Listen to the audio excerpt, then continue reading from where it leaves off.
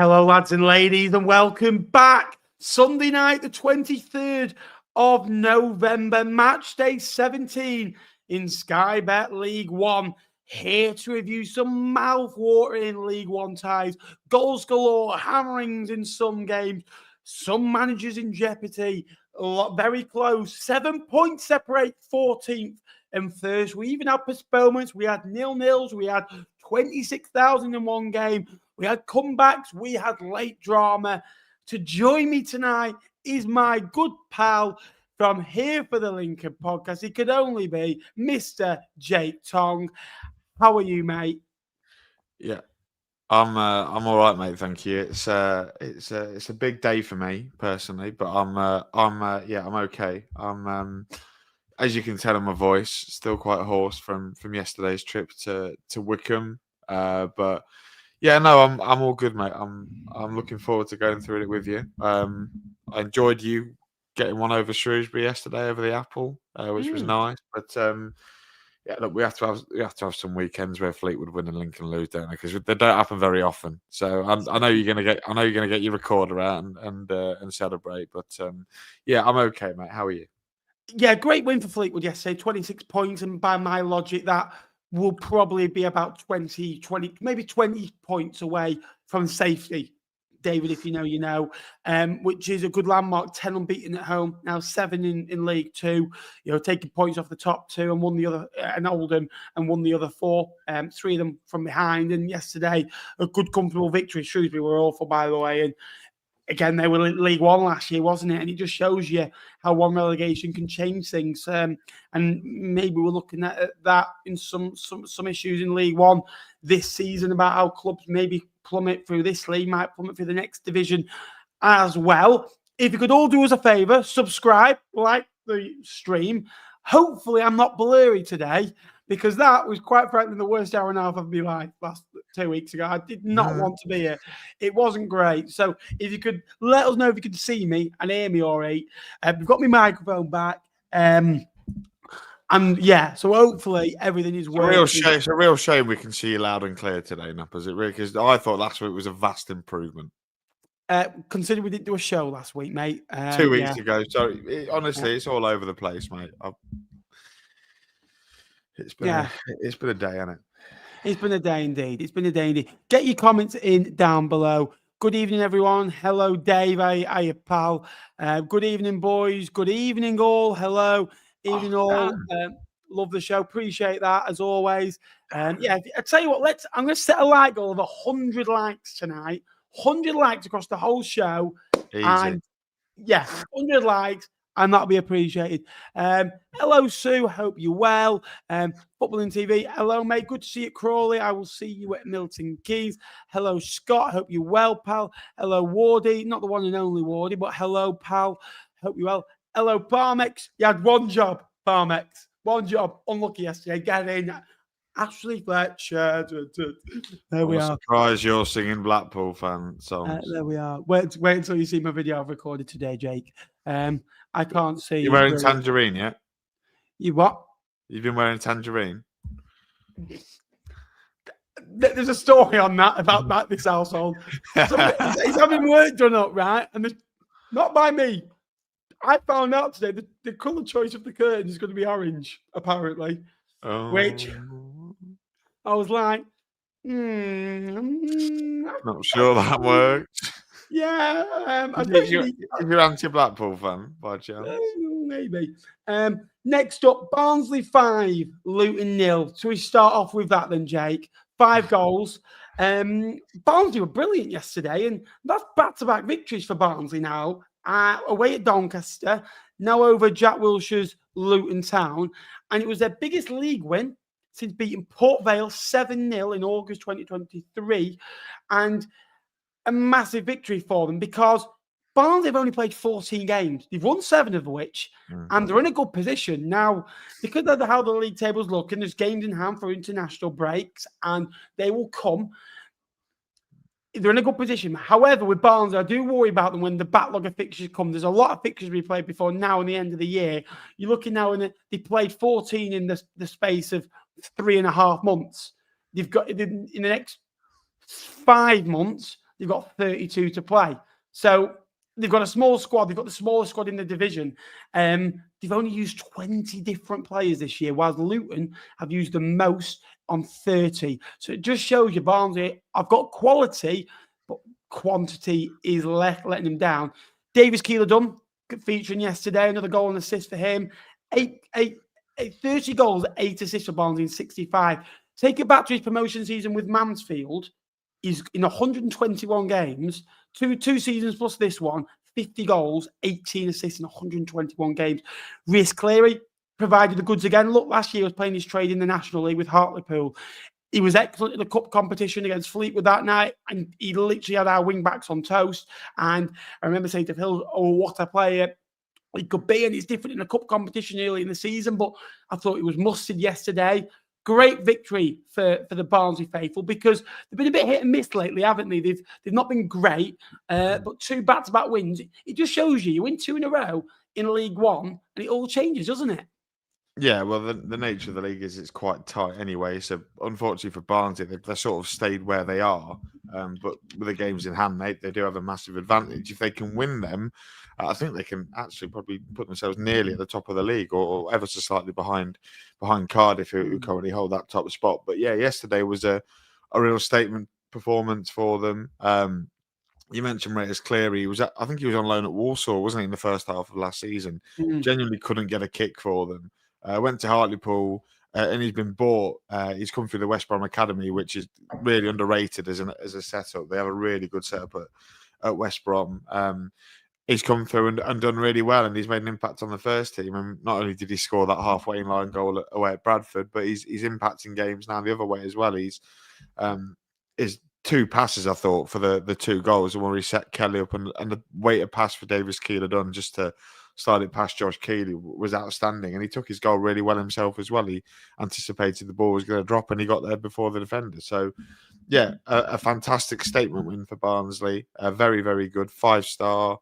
I don't know what else you can say about them. I think the thing with Conor Hourihane is, and I know we spoke about him the other day on the manager's video, which I probably got a lot of stick for.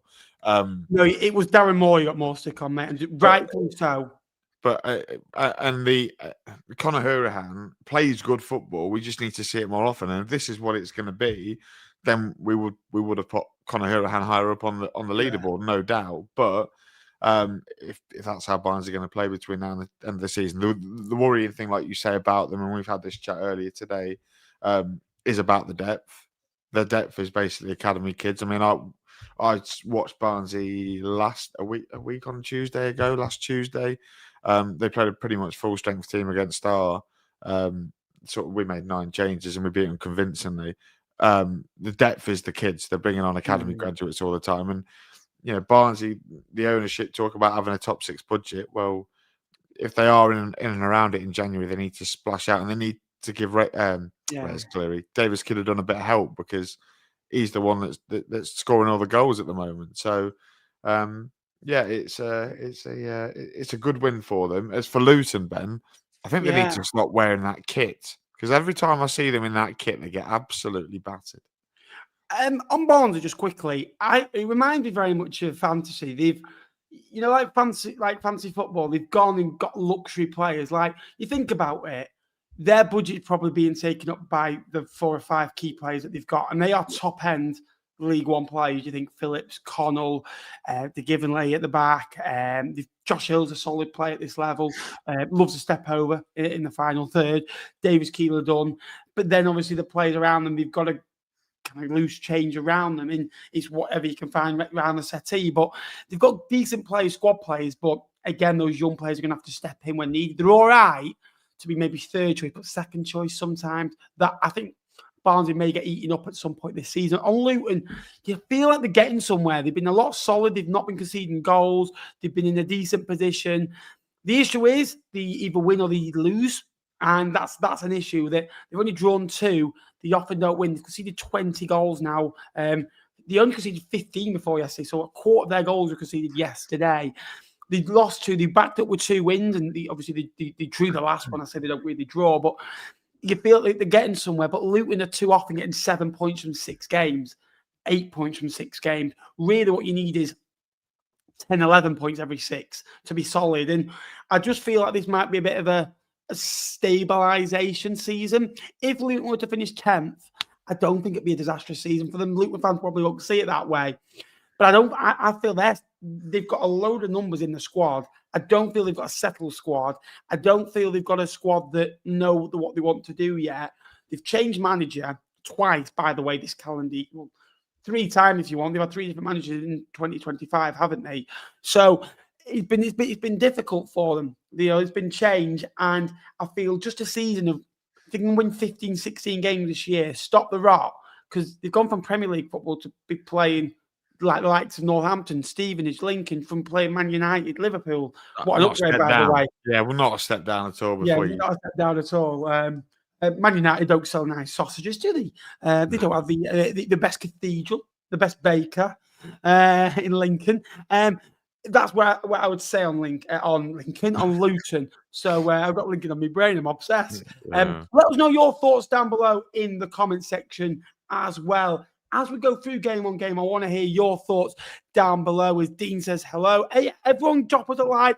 If you haven't already, over 50% of people who watch these shows are subscribed. We're struggling on the subscriber count, so we've hit a bit of a lull. So if you could subscribe, that'll help us out more than happily enough. We'll come to Blackpool's game very shortly.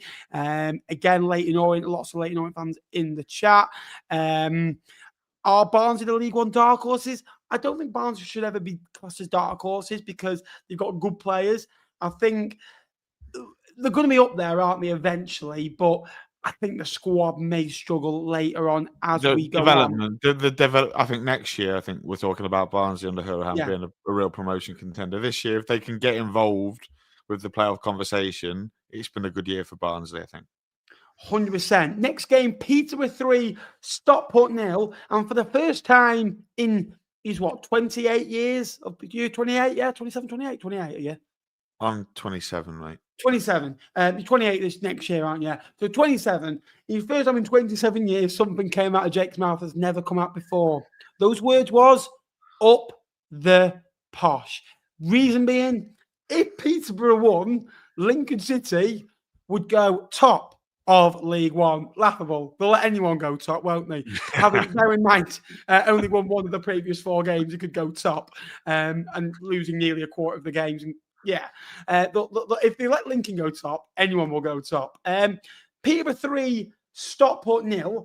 3 wins in 4 for the posh now, and that's 4 wins in 7 because they were kind of hit and miss under Ferguson. They won a couple of games later on. That's as many as the previous 19 games previously, to be fair to them. They were losing a lot. Luke Williams has come in, and there's just been a breeze of fresh air. And we knew what he was going to be about, but another convincing victory. That's 2 home games now. 8 goals scored, none against. Well, if you think in all competition, that's 9 goals now, none conceded. They look a lot more solid at the back, but going forward, they look a little bit like Peterborough of old, Jake. They were class.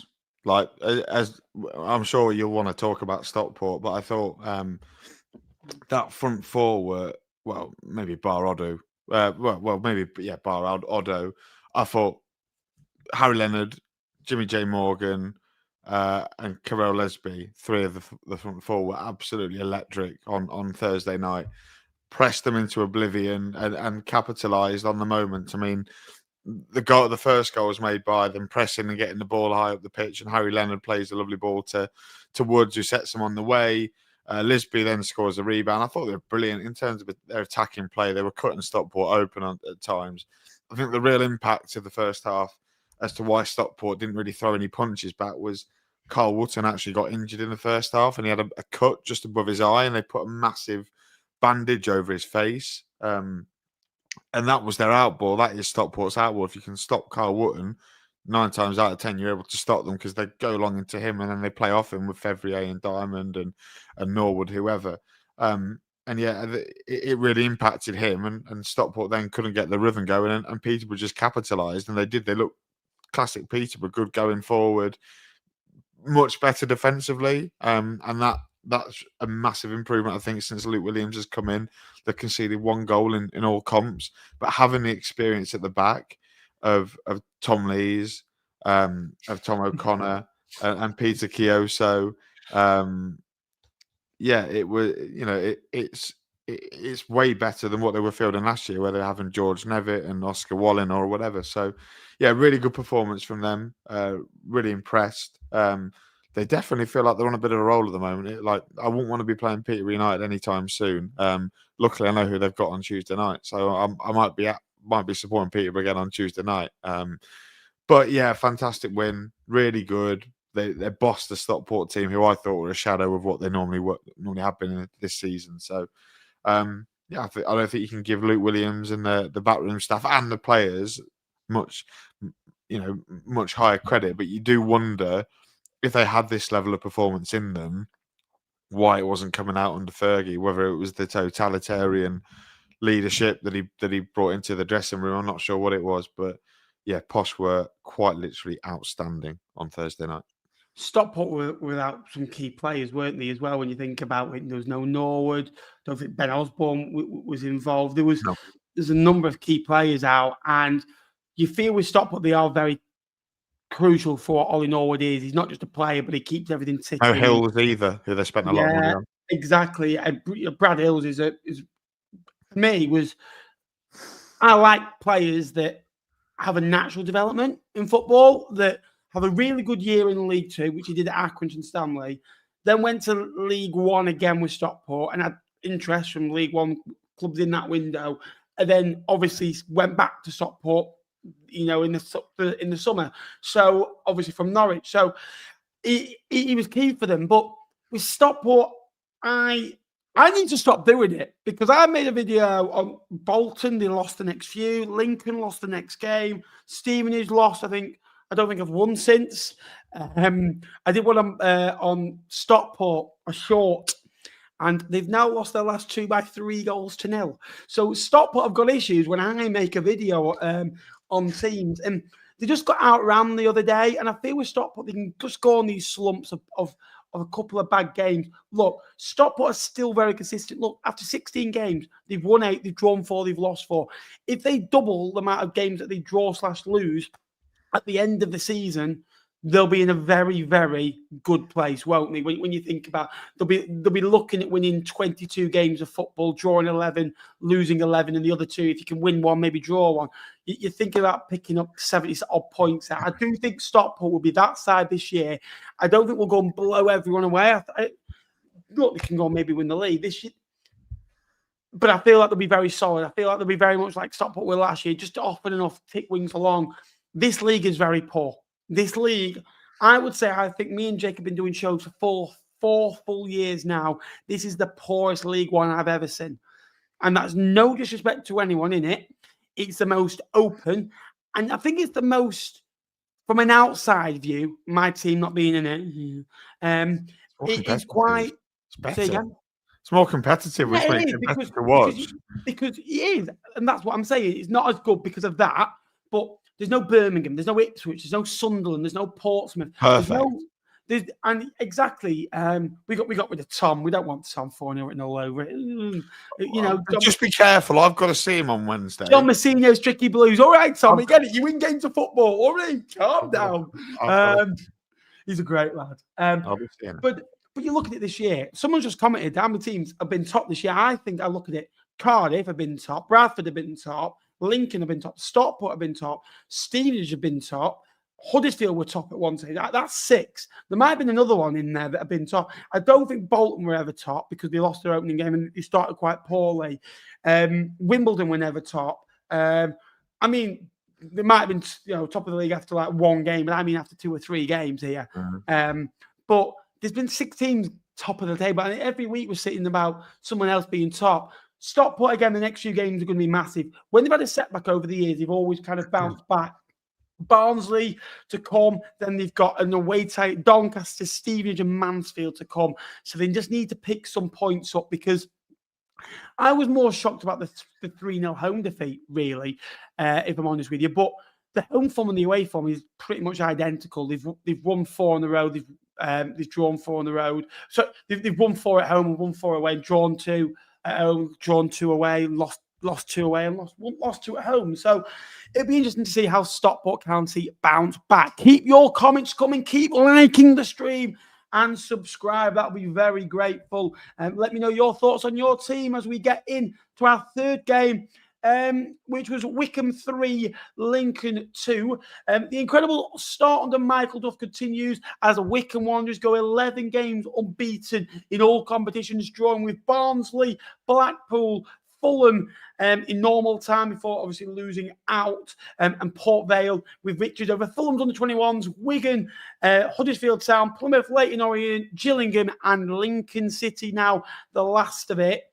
Great victory for the chair boys. Do you want me to go first or you to go first, You Jay? go first. You go first. So do you want me to start with Wycombe or Lincoln? I'll start with Wycombe. Wycombe, I think, now are a side that are organised, that are going to be hard to beat, that are competitive and are a proper League One outfit. Before, they were trying to play a standard of football that didn't work. They had plan A, that didn't work, that was it. And Dodd's football was very dull as dishwater, didn't motivate, and you didn't feel it was effective. Under Michael Duff, he's bread and butter, sausage, egg and beans. He's solid, he's straight to the tin. He's quite basic, but he can play as well. Some of the football Wycombe played yesterday was outstanding. The movement for the first goal was liquid football, playing it through the lines, getting it out wide, cross into the box, questioned over the goalkeeper. But for me, it's coming in. Questions over Rob Street more than anybody, I think. He's been spun into a box. And for me, I'm not going to blame the goalkeeper there for two reasons. Because it's spun into the box and it's a really good delivery at pace. And also that Sue might absolutely come and strangle me. Then they get the second goal, and that's what Wycombe were good at. Bell again, and I think Jake's praised him on a number of occasions, getting the goal. And I asked Lincoln, you're at 45 minutes, lads, you're 1-0 up, 1-0 down away from home at Wycombe. That's over the years been a hard place to go. No one wants to go to Wycombe because it's their house, they play by their rules, and you just think game management there, sticking it, don't let any silly runs. He's just got in behind. It's a beautiful ball in behind, by the way, an absolute fantastic ball in by Mullins, and Bell's in, and it's 2-0. I must say the reaction from Lincoln in the second half was outstanding. To come out, they came out like wounded animals, and Wycombe maybe didn't know how to cope with it. Abiku and Draper, changed the game, in that kind of second half. And it was the sort of story of the substitutes. Abiku was on the pitch for a matter of seconds. First touch, yeah. First touch of the ball, and first touches in League One yesterday. Magic, you could say. And then Freddie Draper getting a goal. Who, Lincoln play this system with 4 out-and-out centre forwards that I've seen before. Ian Holloway likes to implement that at Swindon and did at Blackpool and Palace and Grimsby at times. And it can be effective. It's different, but it's unique to them. And then Lincoln had majority of the ball, and Wycombe are then defending it. But Wycombe have got that look at this moment in time where they get a set piece. You think Duff sides play for set pieces, and it's at the back post and Grimm has scored, and it's a nice tap in. The emotion at the end shows everything about the game. It's a 5-goal thriller. They've done well to win it, and you can see the difference that Wycombe on a good run, whereas Lincoln at this moment in time are struggling. Look, I think they've won 1 in 5. It's not a disastrous run, but they're conceding goals now away. They've conceded 6 in the last 2 away games, which is not great, and they've not really been threatening, to win many games of football because of the situations they've been in. And what I like about Duff's style of play, now if you go back through all his sides, I think he's a very good autumn/winter manager. Now, what I mean by that, when he gets to October/November, December, January, early February, that football changes. Right? It's still the same game, it's still the same minutes, it's still the same, majority of the same players on the pitch, but you've got to be a bit more effective. It's cold weather, the pitches are a little bit harder, and it's difficult to play on. Roll at your sleeves, and that's where man management comes in. Go out there and work hard. And Duff side are hard working. They like controlling games. They like being effective in their own senses, and that's what they do well. I just think that they're so set up now for winter football, and they didn't have a lot of the ball yesterday. They let Lincoln have it, where Lincoln struggle having the ball. They prefer being the underdog. But Wycombe had 7 shots on target, 11 shots, and they were really, really good and got at Lincoln. And that's where they were really good. So I can see this autumn form for Duff continuing. They went 16 games unbeaten last year at Huddersfield around about this time. Wycombe are 4 points off the playoffs. They're in the relegation zone 6 weeks ago. Football can change. It's not one in August. It's not one in September. Just keep ticking along points nicely while you're moving in the right direction. Superb for victory for Wycombe. For Lincoln, it's that time of the year again. I mention it, that Wycombe are good this time of year. Can Lincoln not kind of stand the cold weather? Not a flu. We've not a flu shot, right? Well, I don't know what it is with Lincoln. What is it this time of year, Jake? That if you always start well, the clocks go back, and Lincoln can't. Is it squad depth? Is it because there's not been many games? What is it? Not squad. It can't be squad depth because look at the impact the subs made yesterday. Yeah. Where do I sit? First off, down, mate. Well, yeah. You could say you sat on the chair, boys. Yeah, boys. Chair, boys. Chair, boys. Has Bruin been as much? I don't like losing on the best of days. Yeah, I thought yesterday, we were quite unfortunate, really. The 2 goals that you mentioned, really good by Wycombe. I agree. There's just 2 moments where Rob Street he completely loses the left back for the first goal, and if he doesn't, the cross goes blocked out for a corner. And the second goal, I can't remember who it was that played. It might have been Corley Woodrow that played it through to Sam Bell. Conor McGrandles has just got to take him down and take a yellow card for the team. I don't know why we're not doing that, because we are a streetwise team, and fair play to Sam Bell. He took his 2 chances really, really well. Second half, I think first half, I'd say Wycombe were probably marginally better than Lincoln. I thought we were okay. We had a couple of chances that you wouldn't have seen if you've not watched the highlights. Colo had one. Ben House had one well saved as well. So I thought we were okay. I didn't think we were spectacular. I didn't think Wycombe were much better, but they got the 2 moments of goals from 2 mistakes, in my opinion, from Lincoln players. Second half, he brings on Rico Hackett and Jack Moylan. Jack Moylan completely changed the game of football. Just having that creative midfielder to run at players rather than have, just a centre forward. Jack Moylan just going and demanding the ball and linking the players up. Massively impacted the game. And Rico Hackett is someone that's been really poor in recent weeks, and he has been absolutely crap. But he looked annoyed yesterday, and that's the sort you can take advantage of that when a player looks peed off because they've not played, and he comes in and goes, right, I'm going to make a statement, I'm going to make a good performance. And he did it at Wycombe a couple of years ago before we went on that really good run, and he came on and played really well. He did that again yesterday, and we got the 2 goals, and we deserved it. We had so many opportunities. We've had a couple of goals disallowed, which I'm not 100% sure the referees made the right decision, but we gave ourselves a mountain to climb, right, at 2-0. And if you do that, you're not going to win any games of football, despite how well we played in the second half. And we could have had 4, 5, or 6 in the second half. So plenty of positives in that second half performance, definitely. I think fair play to Wycombe. Absolutely, they took the chances when they got them. It's again the third goal was such poor defending from a Lincoln point of view. To I think 3 players have a go at it, and Jack Grimmer's on his own at the back post, and he's just got to tap it into an empty net. So yeah, you can't win a game when you let the opposition have a 2-goal head start. So it's unfortunate. It's winter. We can't win in winter. We all seem to know that. It's away from home. Our away record, it seems like ages ago when we went to Cambridge, I think it was last season, and broke the, I think we went 15 games unbeaten away from home this time last year.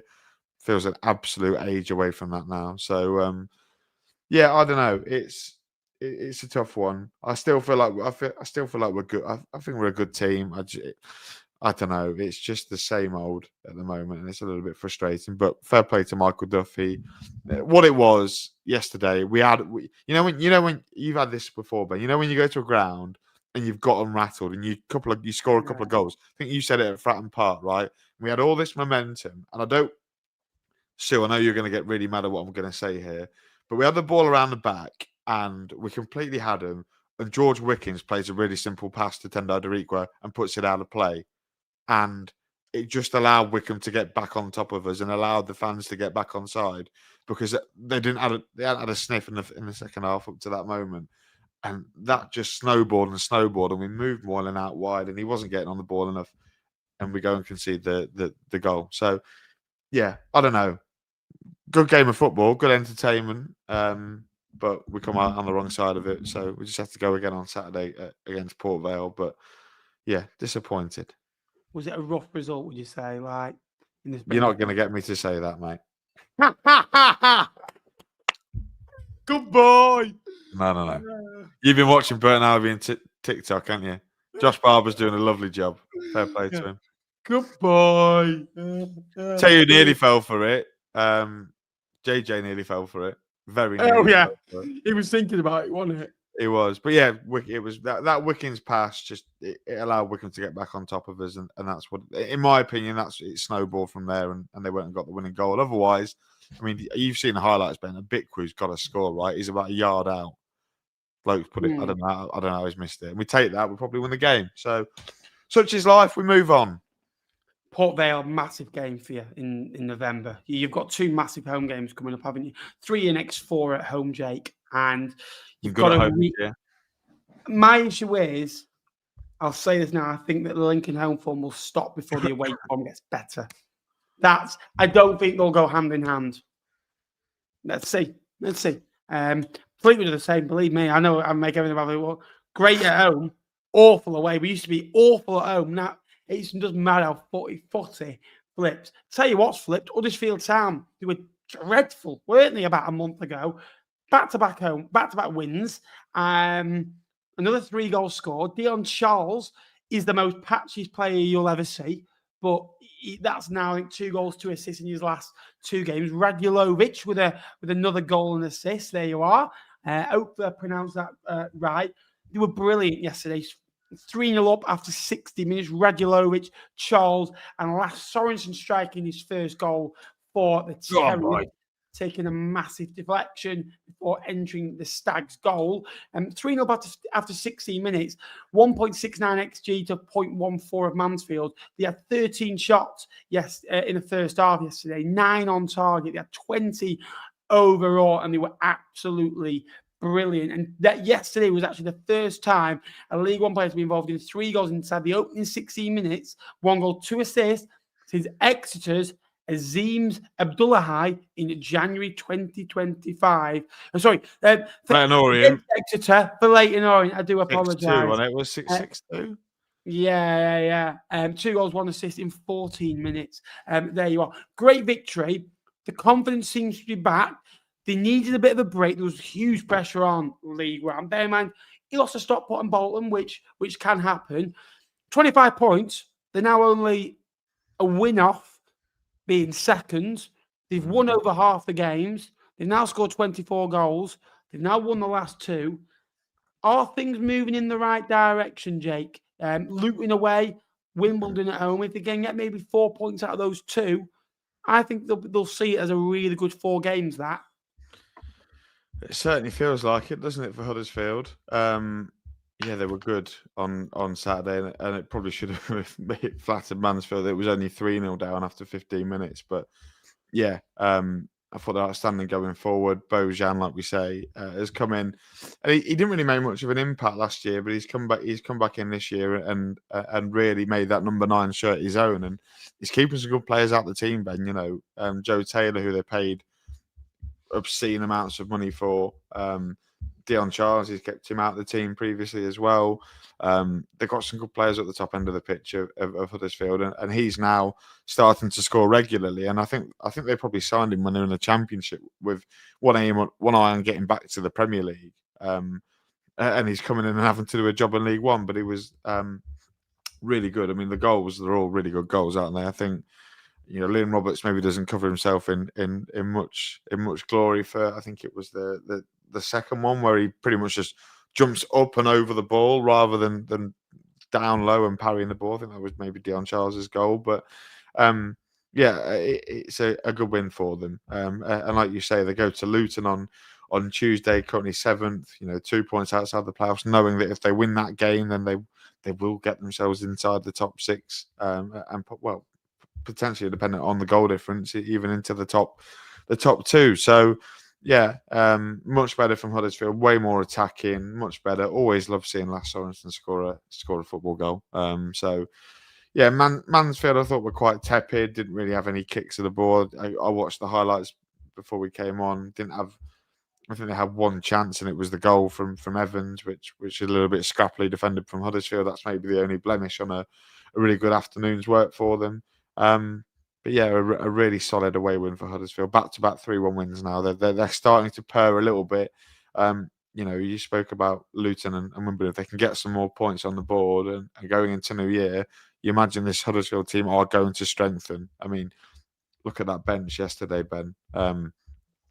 Ashia, the young lad, Cassadine, Evans, Gooch, Lowe, Nichols, Taylor. No room for some really good players on that bench. So, yeah, fantastic win for Huddersfield, and I'm sure they're looking forward now to all the games I've got coming up. I know they come to our place in a couple of weeks on a Tuesday night in the Virtue. Unfortunately, because we all know who I wanted. I know who you wanted because you tweeted it. But yeah, You want Chesterfield.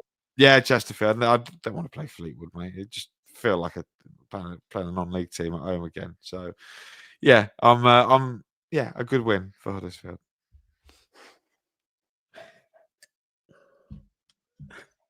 You made it up. Anyway, hang on. Your place back that way. Come on. Agree. Mansfield just need to make sure they don't slip into that habit. A couple of defeats now for the Stags. And this league is very deceiving that you can win a couple and go to 10th. And there's only 3 points that separate Northampton in 17th and Wycombe in 10th. You know, you lose a couple and you're going to slide down that table. Mansfield were 8th a couple of weeks ago. Now they're in pretty good form. They'd won 2, they'd drawn 2. They've lost back-to-back games now. So at 22 points, the next game is 30 points. Get to that route. Then you're on the near enough the home straight of getting to enough points, tally to survive another day in this division. Next up is Northampton 1, Cardiff 3, and a game I watched the extended highlights of. I watched, I think, 8 out the 11 games of extended highlights. Northampton battled, to be fair to them, in this one. They had opportunities themselves, but Cardiff got that victory that they often do get. Now, Cardiff, I worry about them against the top sides. Against the top 8, they've had 2 losses, 1 draw, 1 win. Against 11th downwards, they played 11. They've won 8. They've drawn 1. They've lost 2. So they're very effective against sides that you'd expect Cardiff to beat. And that will come from, I think, just the playing style. They dominate the ball. Teams make mistakes. And those that have quality. But yesterday wasn't that. They normally dominate the ball. Northampton dominated proceedings. They had 52-48. And Cardiff really struggled to kind of get a foothold of the game.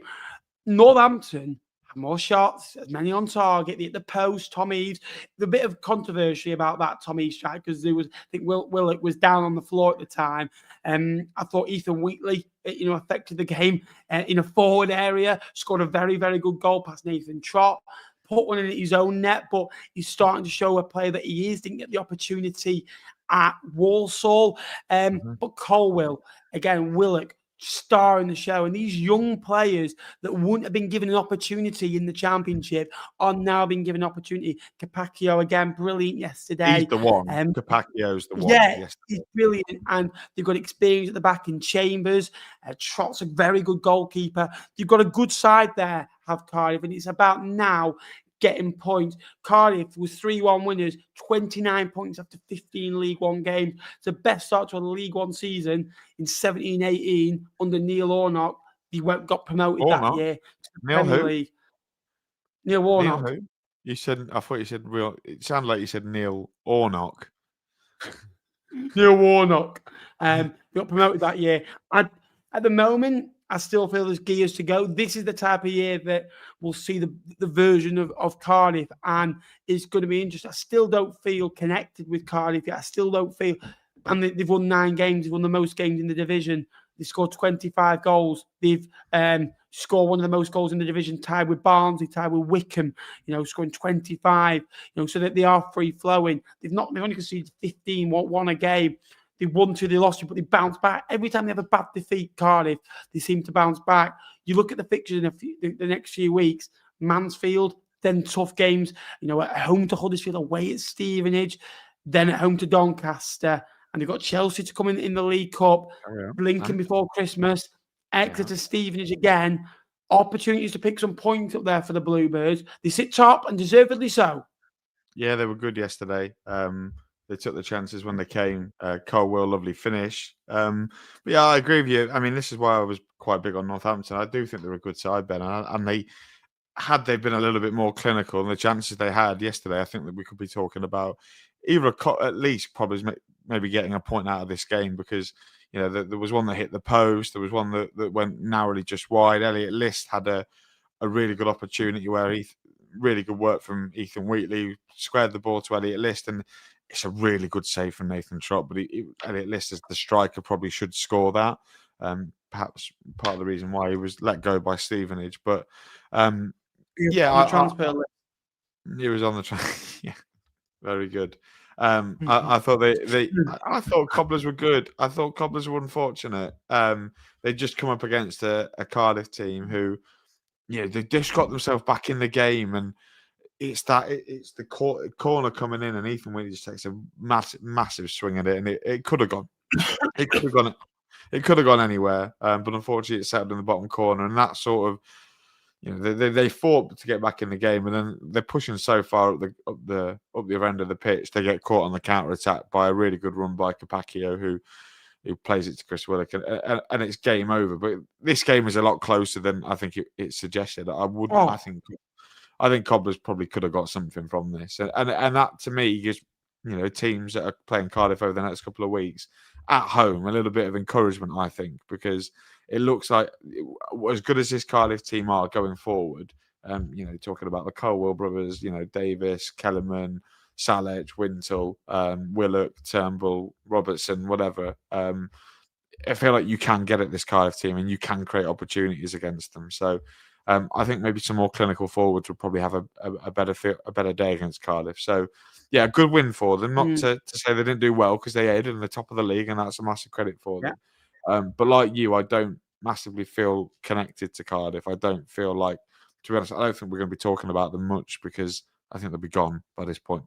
This time next year, I think they'll be promoted. So some clubs we get a real affinity for, like Bolton, because they've been here for ages.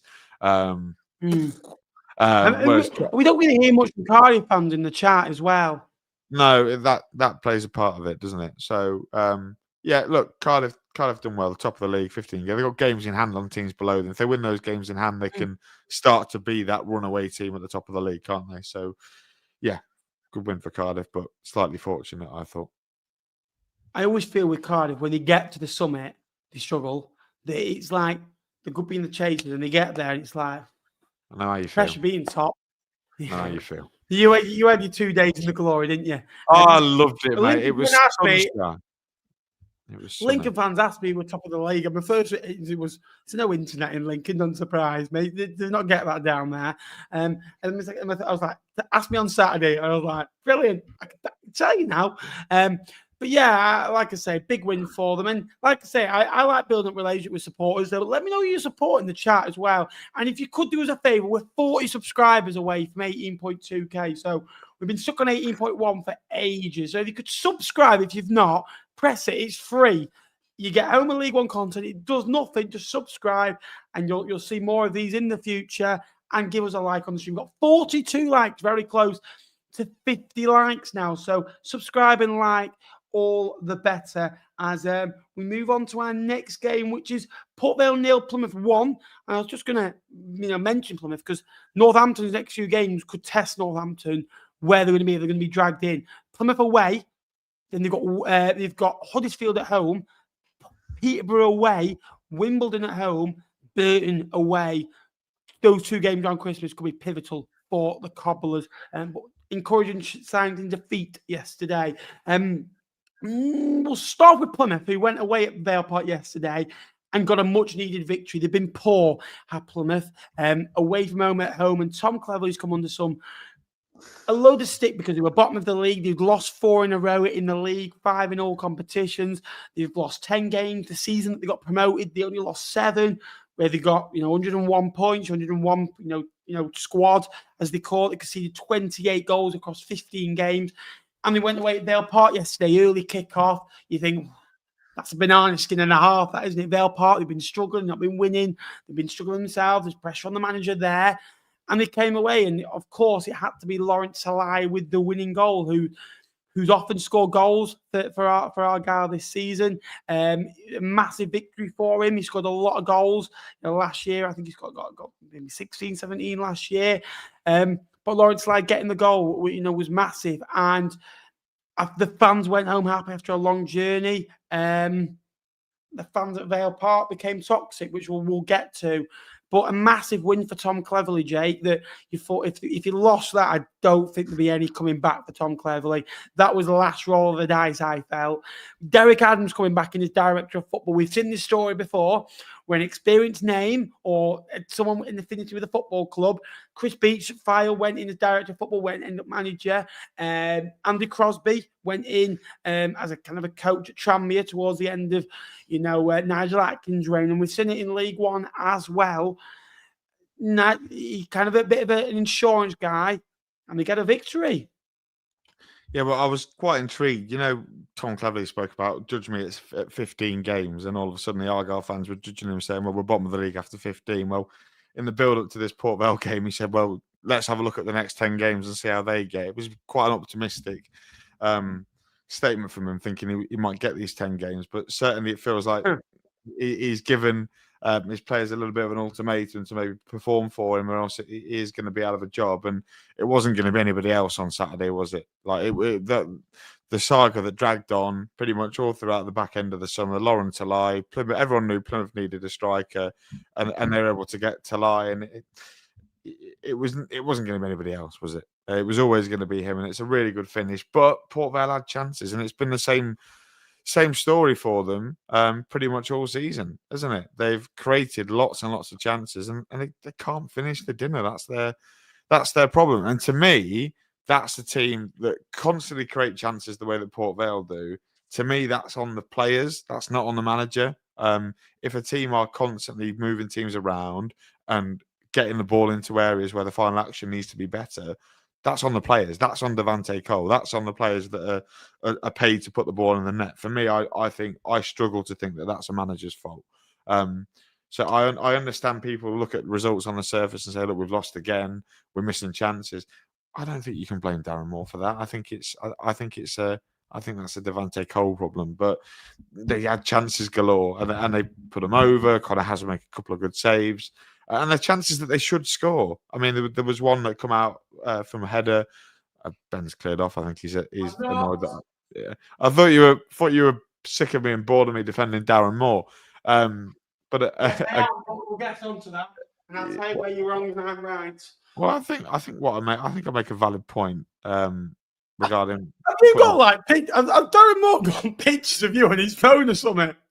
Eh? Darren Moore got pictures of you on his phone. No, he don't. But is it his fault that his strikers are missing chances? No, it's not his fault. Carry on, and I'll say my piece in a minute. Yes, yeah. I ain't got anything to say, mate. I ain't got anything else. Is it Darren Moore's fault that Port Vale's highest paid player, George Byers, who creates opportunities, who has shown quality in this league with Wednesday, with Blackpool, with Vale last year in League Two, is a League One player who's not getting a game? Is it Darren? Is it Port? Is it his fault? No, is it? Hang on a minute. I'll just let you speak for the last 2 or 3 minutes, right? And then come to me at the end. Is it Darren Moore continuously every game? He's making 2 or 3 changes. He's playing players out of position. Port Vale in the last 2 years, Jake, have only come from behind once to win. It was Bromley. Darren Moore sticks with this same formation that doesn't work, right? That clearly has been found out, right? That he tries to play this 5-3-2 or 3-4-1-2, if you like, that doesn't work. When he went to 2 up front and played a bit more of a 4-back in League Two, it got out after teams. Port Vale at the moment are negative, right? And early in the season, they were playing well and not getting the rub of the green. And I said at the time, and I got hells of abuse for it, right? Don't get me wrong, you can't continue to do that because Port Vale aren't the type of team that can continue to dominate games. And I said that, right? And I said it before, they went away at Exeter. They didn't go away at Exeter. They won and they didn't play well, right? They got the job done. They need to take their opportunity when they get games. That is not on Darren Moore, granted. However, they don't create enough. They have the odd blips of a chance. How you can blame Devante Cole? I'm sticking up for him. Devante Cole linked up play nicely. Yes, he's going to make the goal-scoring chance. Well, you can blame him. He's missing chances. He's missed a couple. Don't get me wrong. He's out of form. It was about 4 or 5 yesterday. Yeah, but again, right, Darren Moore's tactics are ludicrous. Darren Moore has won 5 out of 34 in this league with Port Vale. 5. He's lost 20 games, Jake. 20, right? That Vale squad is, in my opinion, it's not great, but it's better than 5 or 6 teams in this division, right? Vale, if I listen to Darren Moore, I don't get motivated. I don't want to play for him. But if you give me Gary Bowie, if you give me Gary Colwell, if you give me Kevin Nolan, they're 3 sides that I think Port Vale can match. For budget, for squad, near enough, right? I'd rather play for all those 3 managers. Darren Moore always needs a squad that is better than what it is. So if you give him a first in the squad league, if you give him the best squad in the league, he'll finish 4th or 5th. Yes, he's got promoted. Your argument was, he's got 2 promotions, so he's a great manager. He's not a great manager for Port Vale Football Club that are struggling right now, that need guidance, that he's struggling. He's out of his depth. He's having a pop at fans. Vale Park is the worst place, I would say, in this division, right? Home Park's up there, and I've been there. I was there in the trenches when they had ownership issues. They are bad. They give it. They really, really give it to the players. Port Vale's a football club, on the other hand. They're not all Darren Moore. Every time they get to League One, they absolutely poo the bed. They do. They absolutely get it so wrong. What they do right in League Two is they build the foundations. They buy a really good squad that is suitable. They put the likes of Hennigan in, Stockley, Byers, Talai, really good players, right, to add to the quality that they had. Because they had 4 or 5 decent players that went down with them. The rest was poor, don't get me wrong.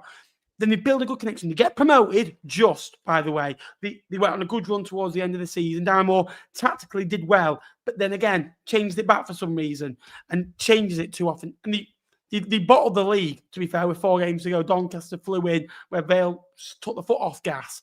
When they get to League One, they saw the star player. They didn't recruit well. They get complacent, right? I think the ownership there, Carol is a great custodian of a football club. She's one of the best owners that Port Vale could have for their football club. Don't get me wrong. Nothing on Carol Sharman at that football club. I think she's an ace. But they get complacent. They don't really add enough quality to the squad. And they get found out. And then in seasons, they're going to go on 10 games without a win. And that's the issue. My issue with Port Vale is, right, and this is the last thing I'll say, they're good in spells, right?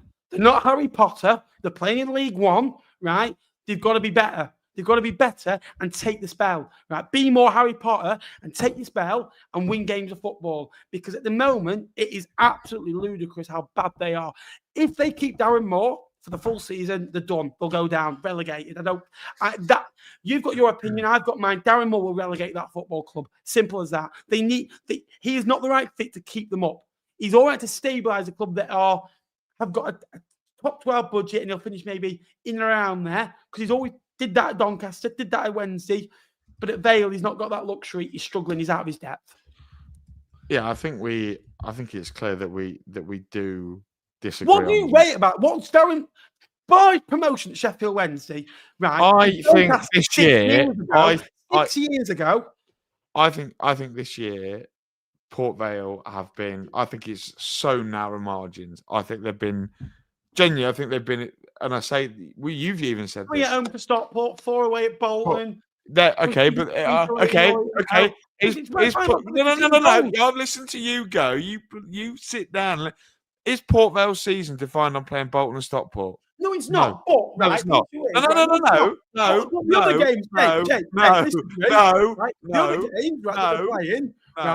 Listen. Right, they've lost to Plymouth, right? You're looking at this. Who were expected to be up there, right?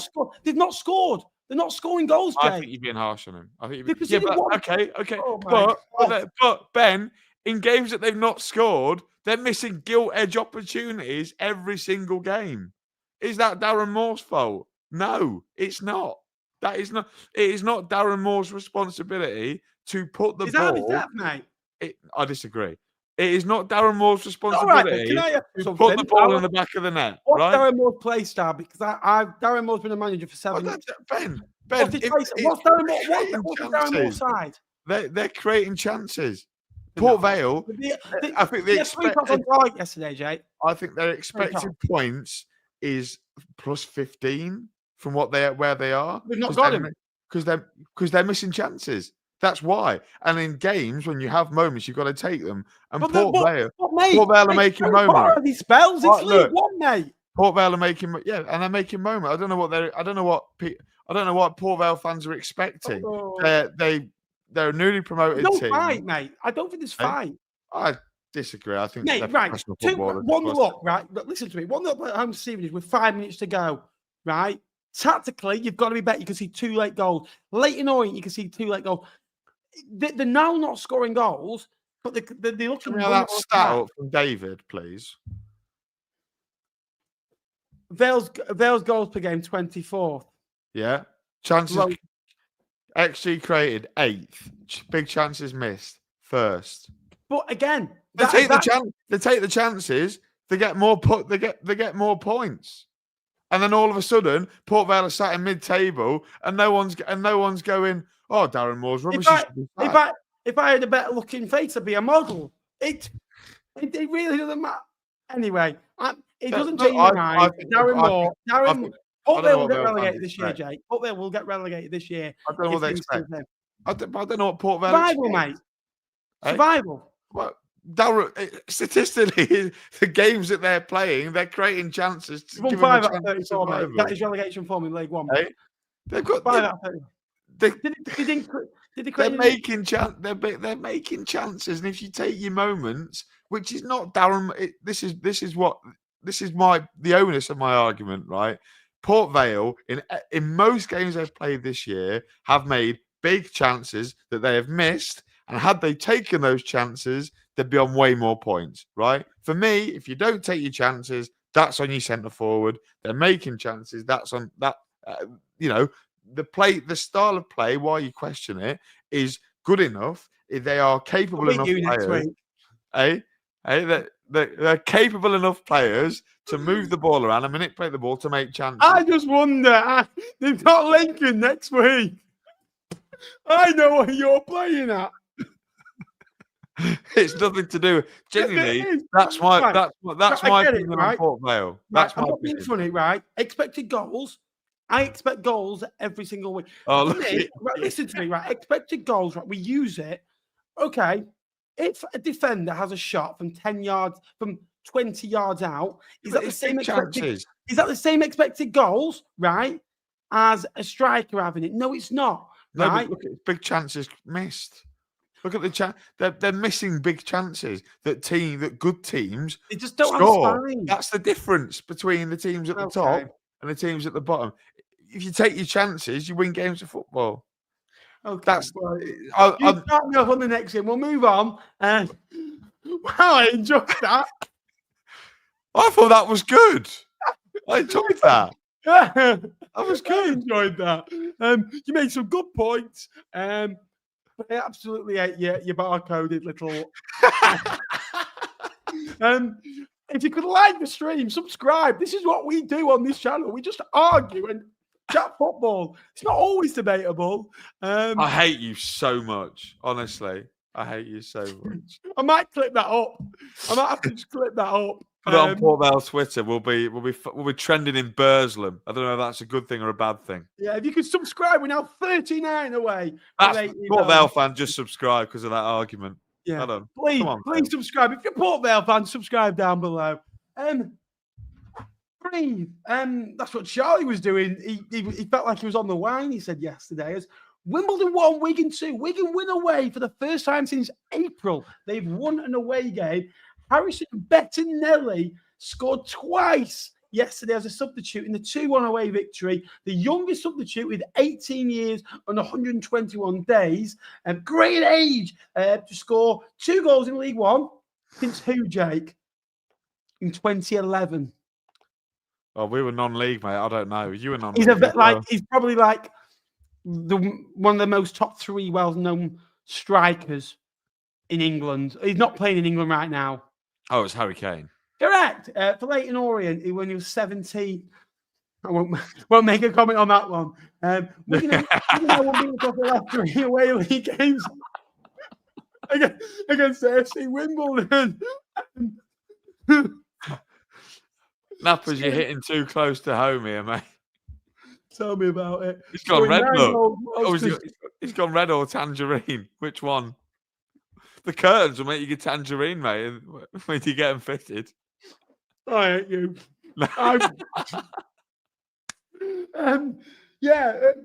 Great victory for Wigan away from home. Wimbledon have lost 3 games on the spin, Jake.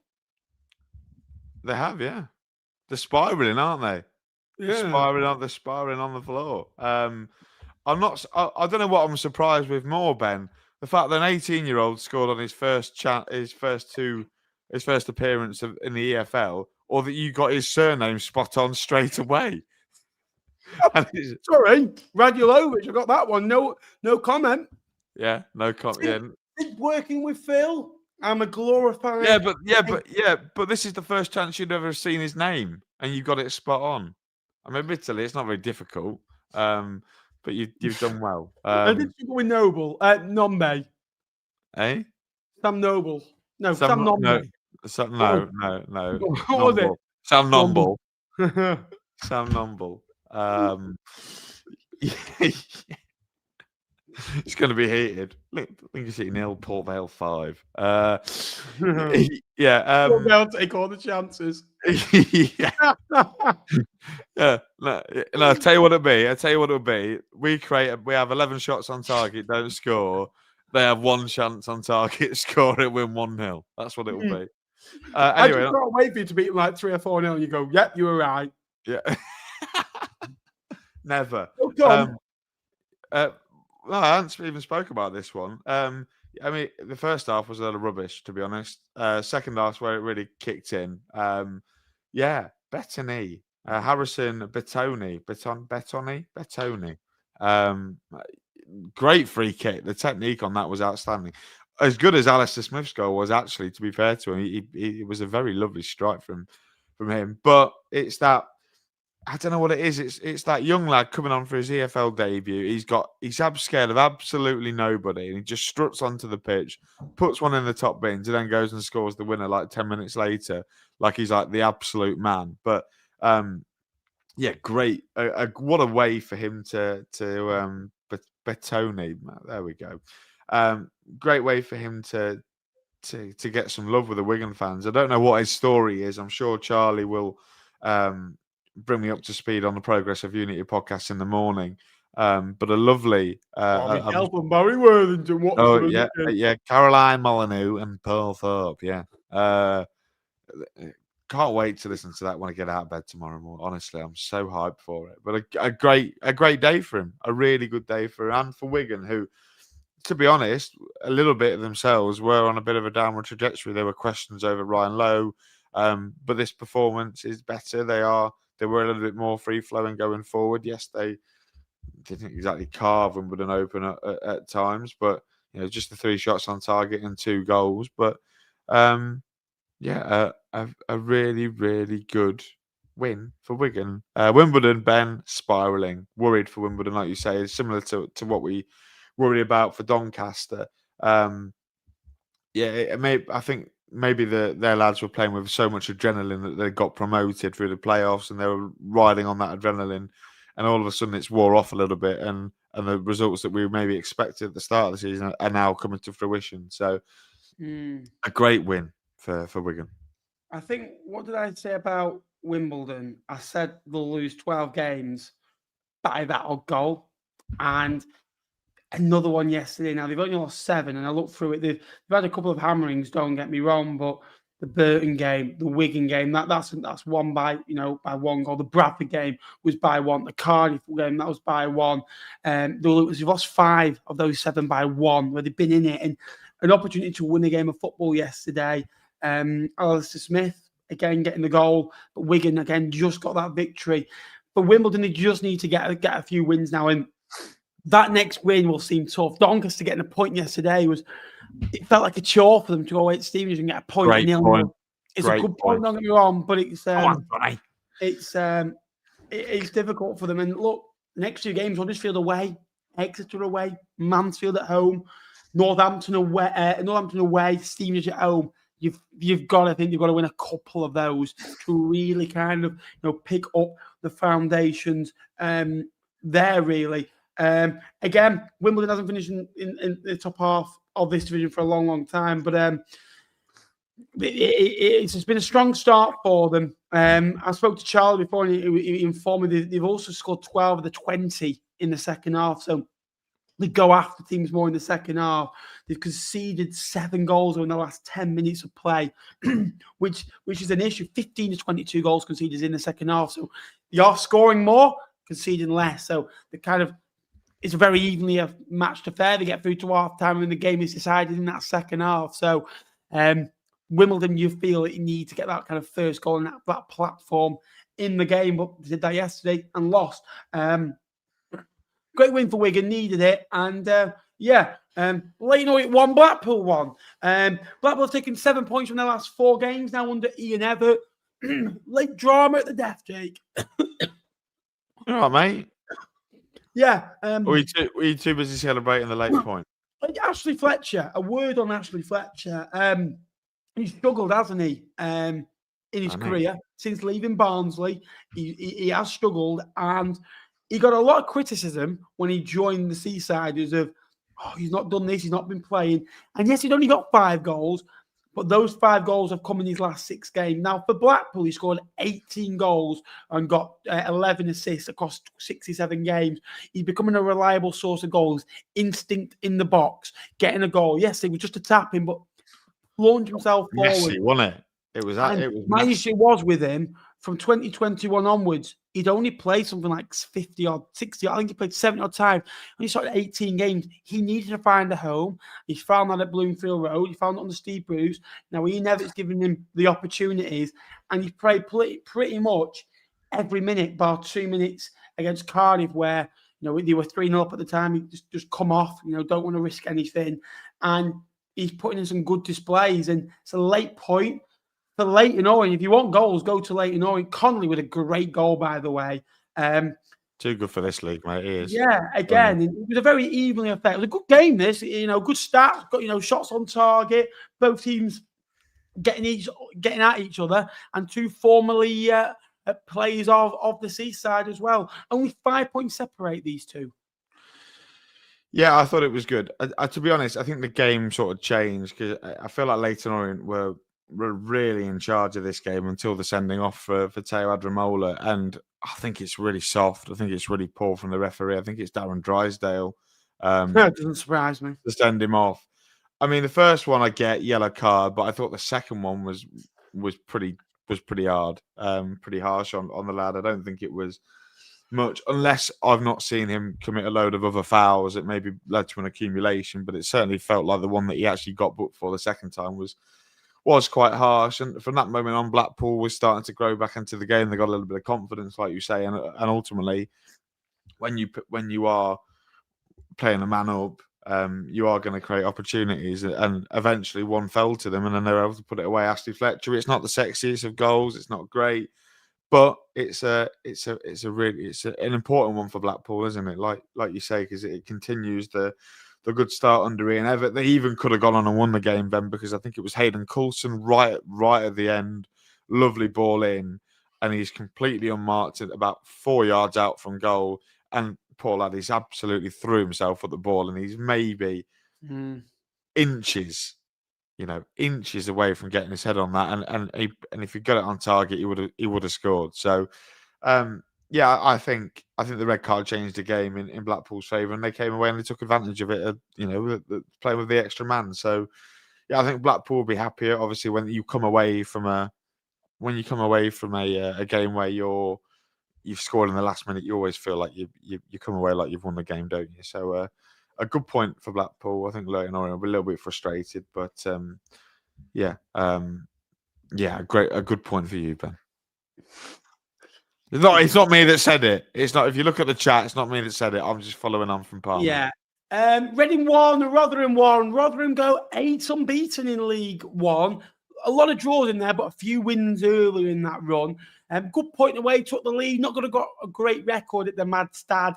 Reading responds through Charlie Savage, a brilliant piece of brilliance. But that's Reading all over. A bit of brilliance from outside the box from one of the midfielders, normally Lewis Wing. This time Charlie Savage getting a goal and rescuing a point for the Royals. Two sides that are trying just to pick some points up and pick some momentum up. Reading drawing too many. That's their 7th draw of the season. And but only 1 defeat now in their last 6. 3 draws, 2 wins. Just need to start climbing that table. They're only a win away from breaking in kind of into that near that top half mold. Rotherham deserve a lot of credit. They've had a lot of injuries. They've got a load of stick at the start. Yes, they're a win away from 17th, which the difference in those places that you think 11th, you think really good. When you think 14th, 15th, 16th, you're thinking, ugh. And then 17th, 18th, you're looking over your shoulder a little bit.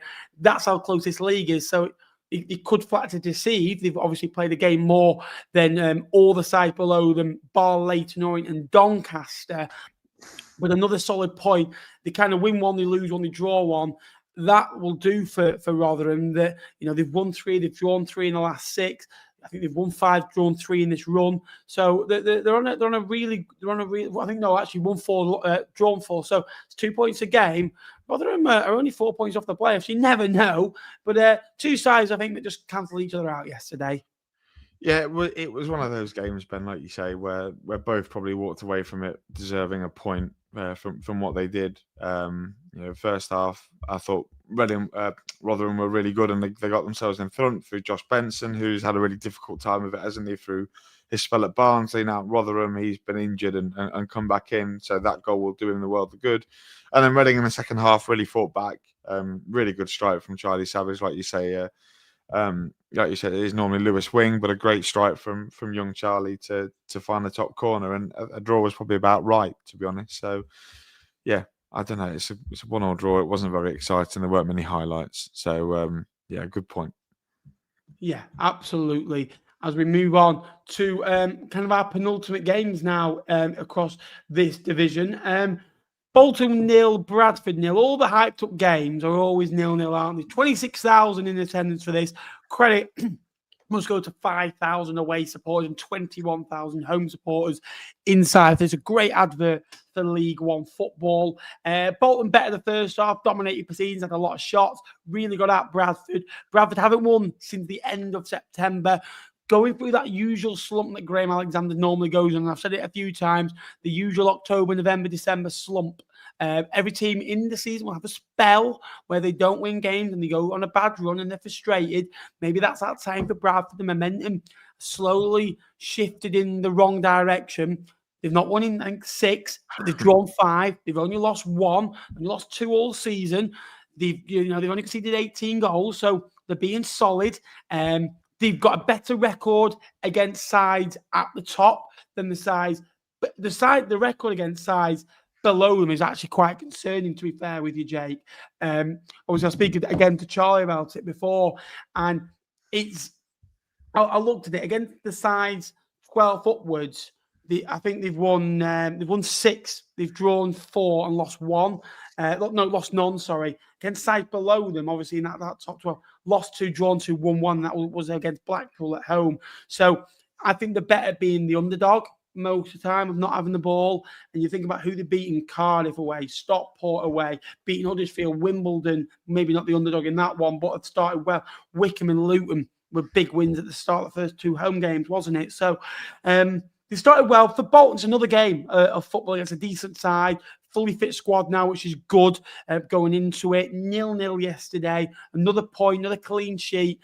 Bolton are now being hard to beat. That's now unbeaten in 4. They've taken 13 points across the last 6 games. They're only 2 points off top. Things are, sorry to quote Pete Wilder again, but moving in the right direction. Anything to get Fleetwood into a League One live. Quite literally. Mate. We'll be in it next year. Well, the National League One live. I thought this was a good spectacle, actually. I thought both teams had chances. And Mario Koscielny again causing havoc down the right-hand side. Had a couple of moments. Mason Burstow had one right at the end. But I do feel like Bolton need to owe a little bit of thanks to Teddy Sharman-Lowe. I know he's had a lot of stick over the last sort of couple of game weeks. It almost felt like every shot on target was going in. And Bolton didn't concede many shots on target. So for that, it was a bit of a sucker punch. But yesterday, I thought he stood really tall. There was a good save right at the end of the first half where he palms it away. There's another good one right at the end of the game, down low to his right. And without him, I think, there's a possibility that Bradford could have taken all 3 points in that game because they had some good chances. But, big credit to Sharman-Lowe because going into playing for a football club like Bolton is difficult, especially when you're a young goalkeeper. Just coming off the back of playing for someone like Doncaster, where the expectation maybe is not as high and every move isn't scrutinised like it is at Bolton. I thought he stood up really well to it yesterday and probably was the main factor in his side getting something from the game just because they were being wasteful at the top end of the pitch. And I remember actually saying to a Bradford fan before the international break, if you go to Bolton and try and play football against them, you'll just get beat. You'll get beat. And I think what Bradford tried to do to their credit yesterday was they're a little bit more robust, a little bit more difficult. They held the shape really well. They didn't give away many opportunities. And whilst it may look dull on the outside, that's a cracking point for Bradford. Not many teams are going to go to Bolton this season and come away with anything because it's the nature of Bolton Wanderers in League One, the way they dominate the ball, they have so many shots and so many chances. You need to ride your luck. Mario Koscielny put one wide, he put one over the bar. You need that little bit of luck when you go to Bolton, but to their credit, Bradford defended really well and had the odd opportunity on the counter-attack, which forced the save from Teddy Sharman-Lowe. So I think both teams will come away thinking, yeah, do you know what? I think we'll settle for a point at this occasion, but definitely one of the better 0-0s that I've seen. Whereas Bradford have been quite dull over the last couple of weeks, but that's a much more exciting game. Stevenage 0, Doncaster 0. No winning 4 for the Borough. 2 draws, 2 defeats in that time. Doncaster's slump carries on, and a solid point. But Doncaster are sliding down. They're no wins since September. That's a solid point in the way yesterday. And there were signs of being, competitive. They limited Stevenage to 1 shot on target. What's changed at Stevenage, do you reckon? Because they're not scoring, they're not conceding goals, obviously. Yesterday, they kept a clean sheet, but it was a pretty dull affair, this one. Yeah, shout out to Matt Farley because I know he's watching live right now because he sent me he is. He sent me a video of him watching. So hello, Mr. Farley. I hope you're well. I know Farley will be looking for how the Jets are done. So I'm just going to double check. Oh, they've lost to the Baltimore Ravens. That's a shame, Farley. Not a great weekend. The cricket, Stevenage didn't beat Doncaster at home, which is not for everyone. And then the Jets have lost as well. So it's a real shame for Farley. It's not Farley's sporting weekend, but I hope you are well, Mr. Matthew Farley, as ever. I thought why are they not scoring? Well, apart from Jamie Reid, they don't have a goal scorer. Like Stevenage are going to have to recruit some goal scorers in the January window because outside of Jamie Reid up top, like the gas just isn't doing it for them. I feel like the gas is a bit similar to the press. Do you remember the press? Aaron Presley, physically very good up front, but isn't a natural goal scorer. And well, he had spurts, both Presley and Hadme actually, but haven't done it in a Stevenage shirt. I actually thought Doncaster created the better chances yesterday. I think. And this is the thing. I remember talking to you last week when we beat Doncaster. I thought they created quite a lot of chances, similar to a little bit to Port Vale. Once Doncaster start taking their chances again, I think they'll go on a run similar to where they were at the start of the season. Luke Molyneux was creating havoc. Harry Clifton's got to score. Certainly for. I think it's in the first half where he puts one where he's literally on the goal line and he puts it wide. But yeah, I think Donny will walk away more upset than Stevenage. The conditions weren't great, didn't lead to great football being played, which neither side do anyway. But yeah, Stevenage got to go to Peterborough on Tuesday night. I wouldn't want to go to Peterborough at the moment, the way that they're playing. I think that's going to be a really tough game for them. One of their games in hand. But yeah, Doncaster, they are sliding down. But I think once they get Hanlon scoring goals, I think Doncaster. I said this to the Rambling Rovers in midweek. I think Donny will be fine. I think they create enough chances. They've got Luke Molyneux. They've got Brandon Hanlon, who's now starting to turn a form as well. So yeah, I think Stevenage will walk out of there slightly relieved, but a good point for Doncaster. I think with Doncaster, they've got Peterborough to come up, haven't they? And Yep. then again, there's a few games on Stockport at home. It could be an absolute tough game for them. Yep. Got to go away at Cardiff. Another game. Plymouth at home is a difficult one. You don't know what to expect from there. But obviously, Boxing Day's soon arriving, and we'll have a hectic Christmas period here on League One Live. No rest for the Wicked. They've got to go away at Blackpool on Boxing. So the next few games are tough. You never know with Doncaster. They can pull a result out of nowhere. We'll go to the table and then we'll do predictions as we move into it. We'll go get to the table bottom out when we've lost. Shocker. I was always going to do it today. We do it every 2 or 3 weeks, mate. That's it. Port Vale sit bottom of Sky Bet League One. As you can see, from maybe Doncaster upwards, it's very close. There's a 2-point gap. But if Exeter win that game in hand, it becomes very close again. Those 3 teams, Plymouth, Blackpool and Peterborough. Plymouth won yesterday. Blackpool have improved. Peterborough, some good results for them, building foundations. Exeter haven't been that bad of late. When you even look at that form, they've won 2, they've drawn 2, they've lost 2. Doncaster in freefall. Reading have been solid. Northampton have been solid. There's a few teams that are down there, Jay, but they've been solid, haven't they? Yeah, there's teams down there that are resurging recently, aren't there? Like you say, like with Peterborough, Blackpool, and there are teams that are on quite poor form. I mean, you look at Plymouth, you look at Port Vale, obviously, that we've mentioned. Exeter a little bit indifferent. Doncaster sliding down. Northampton look a little bit patchy from that graphic as well. So yeah, it is tight down there, and it does show you that one good week where you get 4 points or where you get 7 points from 9 maybe can shoot you right up the table. But this league is just so tight, and I'd be surprised if 3 of the teams in the bottom 4 would go down at this minute in time. I'm thinking Leighton Orient, Wigan, Mansfield will all be solid enough to carry on, but there's teams in there with decent form. Look at Burton, been really good of late. They're the informed team in that bottom area. Mansfield up until recently. Top half, Luton Town. It's very close because you look at even at Wycombe on 23 points, and you could even go Barnsley on 24. You go down 23, 22, 22, 21, 21. It's awfully tight, and there's a lot of football to be played. We've got Saturday, Tuesdays, we've got some games coming up. Then there's a few Tuesdays now with League One football involved. So only a couple of games on each occasion. So there's no need for a League One live. You'll be glad to know, Jay. But yeah. What do you make of that top half? Anyone that could you look at it? It's been a season, like Charlie said before, of overachievers. Bradford have overachieved. Lincoln, Stevenage, Wimbledon, Burton to an extent, Rotherham to an extent, all overachieving. You wouldn't maybe have expected them to be there, but it's anyone's this league because there's not a real awful load of pool of talent behind them when you think about it. There's not a lot of underachievers, bar the couple in the relegation zone.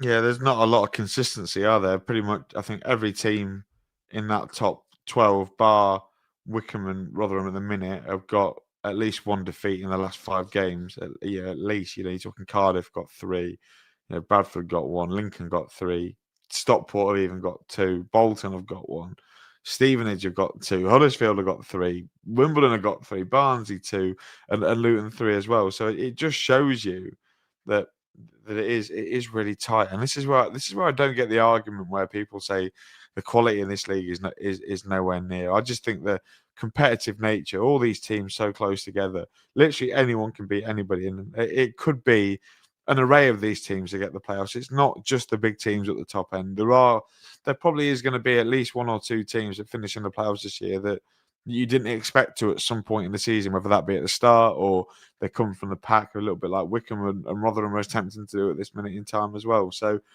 it's really tight. And I would suggest if you are a fan of one of the teams in this bracket at the moment, don't get too high, don't get too low. That's what I would say. I think sometimes someone needs to take their own advice, Jay. That's all I'll say, mate. That's all I will say. Take your own advice, pal. Predictions time. If you could keep liking, subscribing, that'd be appreciated. Subscribe, that'd be very grateful. Yeah. So, Ben, we had the international week where we only had 5 games. You got 2 points, I got 5. So that put me.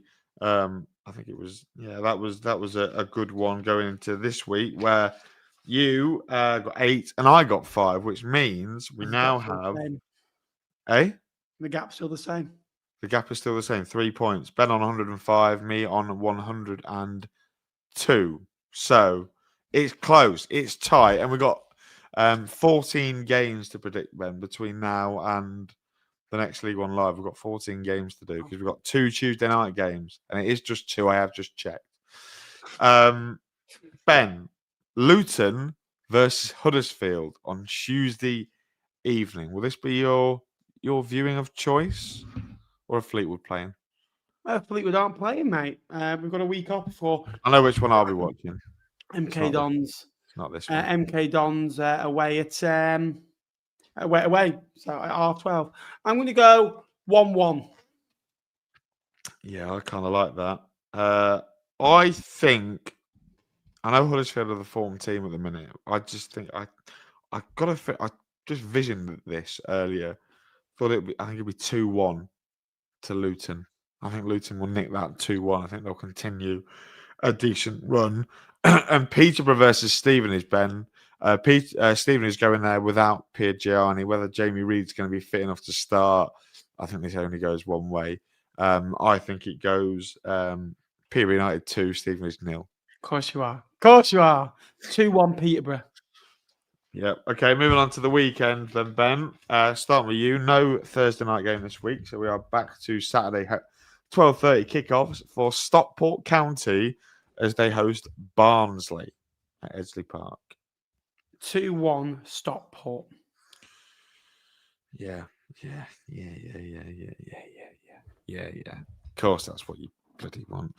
I'll go Stockport County 3. Barnsley 2. I think we could have a barnstormer there. And I normally do get a 3-2 right every now and again. Blackpool versus Reading. I know which way Ben's going to go. So I'm going to go Blackpool 2, Reading 1. So we can't do it. 1-1. Oh, he's got no faith in his boys. Ben, coming to you for the Ticks against Stevenage. I know what I want here. And you're going to say it now. Wigan 2, Stevenage 0. No, it isn't. Well done, 2-1. Ben. Thank you very much. No, Wigan Athletic 1, Stevenage 1. I've gone for. Rotherham United versus Wycombe Wanderers, the 2 form sides in the division, battling against each other. This was a corker of a game last season. I remember me and you were watching it because our mate Phil Catchpole was on the comms doing a great job. Rotherham 1, Wycombe Wanderers 2. Sam Bell. 2-0 Wycombe. Chair, boys.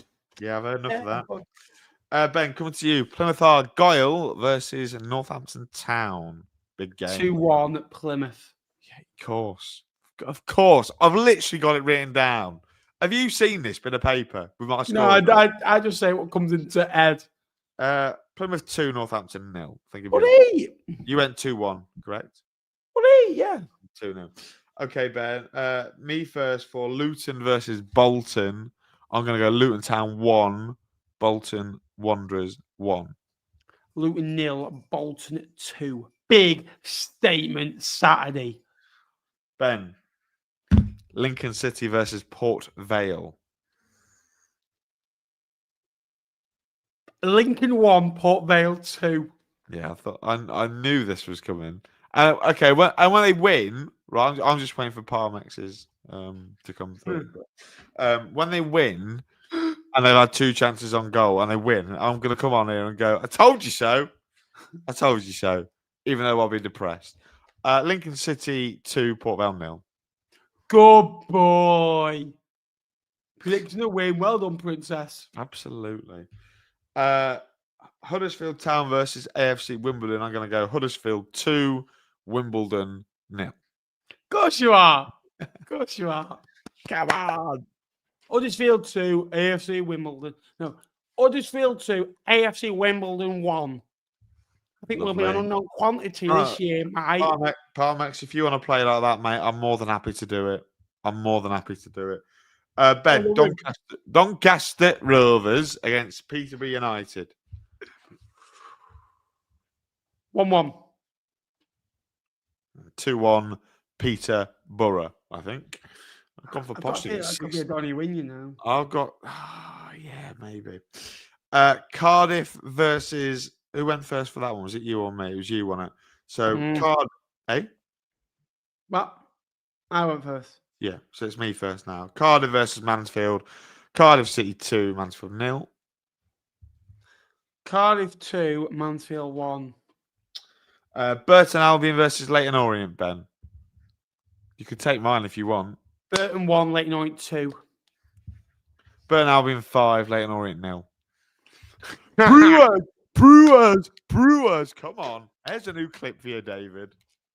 I've never been a Burton fan more than I am this weekend. And I hope JJ McKiernan scores. Come on, we'll lose now because you could take the boy out of Lincoln, but you can't take Lincoln out of the boy. Come on, Brewers. Charlie Webster. Come on. XG. When you celebrating his goal like you did against Lincoln? No. Shut up, Ben. No one wants to hear that from you, mate, to be honest. Yeah, have some of that, Parmex. Bradford City versus Exeter. I'm going to go Bradford City 1, Exeter 0. Bradford 2, Exeter 0. There we go. Predictions all done for another week. Brilliant show. Great show. Enjoyed that. Good show. Oh, good. Good. Can anyone tell that Lincoln have lost? Because I feel I'm in quite a good mood considering we lost.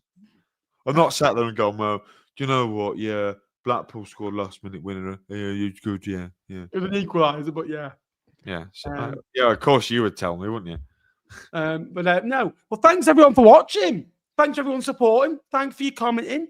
Thanks for your liking. Thanks for your subscribing. If you could subscribe before you do leave, it would be appreciated. Let's try and push on towards 18,500 subscribers. Been a tough, few weeks for the channel with breaks and stuff, but we are firmly back. So if you could like the video, or like the stream, and subscribe down below, that'd be appreciated. I will leave Jake's links in the description. As always, Jake, thanks very much, pal. Thanks, mate. Enjoyed that. My voice is still a little bit hoarse, but we go again. Sound no worse than usual, mate. Well, thank you so much for watching all. I will see you later. Thanks all. Bye-bye.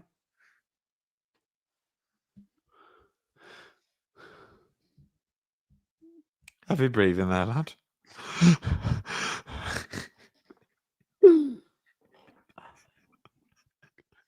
Breathe this more.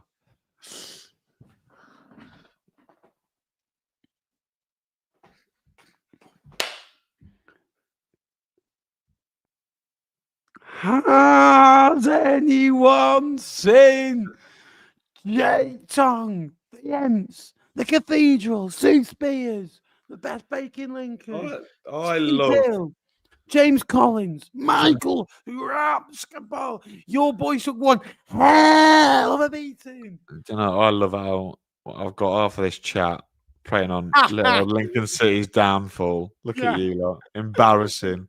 Embarrassing. The first thing I do is look for Lincoln's result and smile when you've lost. Embarrassing, you lot. It's because of you. Get a grip. Right. Bye all.